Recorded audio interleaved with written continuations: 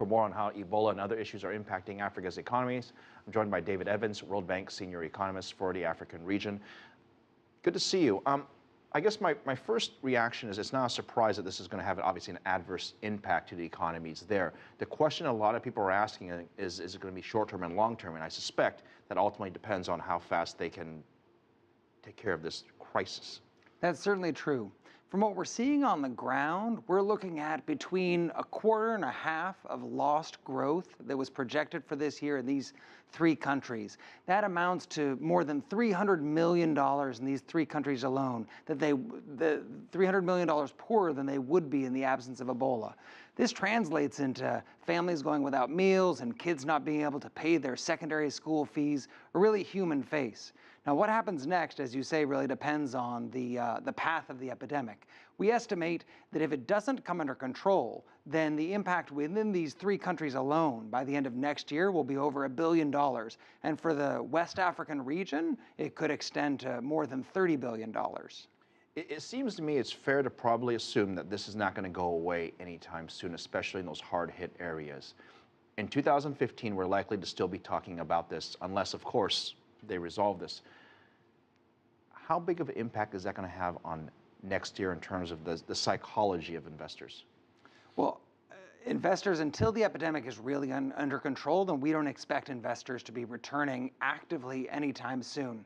Now, if this can get under control by the middle of 2015, then it seems that by the end of the year, it will be possible for there to be a significant climb back in terms of the economy.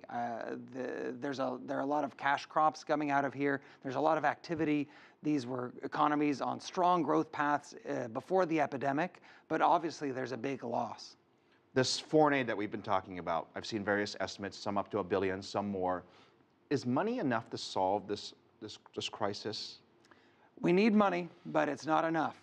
So the first role, what most of the aid has gone towards, is stemming the tide of the epidemic, which is the #1 first piece. It's crucial, but it's not enough.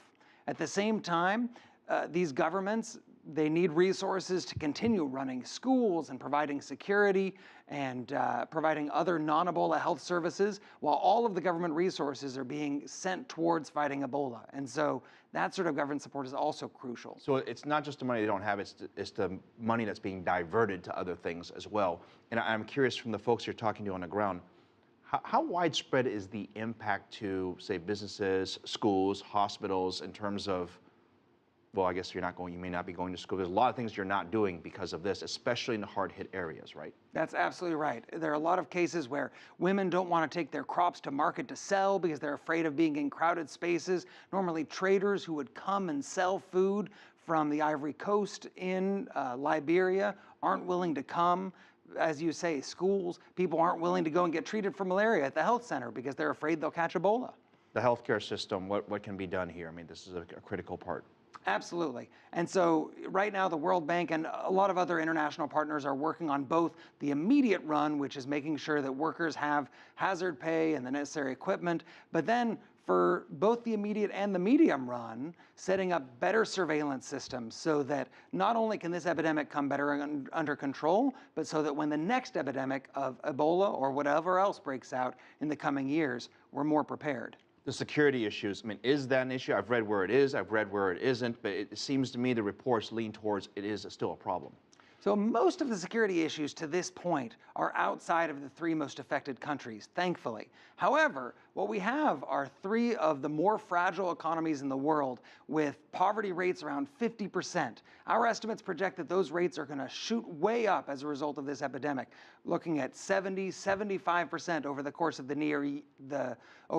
next year. And that could obviously have a big impact on security and stability. Let's try to look on the bright side. How long would it take for an economy such as Liberia or Sierra Leone to recover once this is cleaned up, if that happens? If this is cleaned up by the middle of 2015, then I expect that by the end of 2016, for example, these economies could be back on the same growth path. That doesn't make up all the lost income that came as a result of the epidemic, but it certainly puts them back on a path towards growth in the future.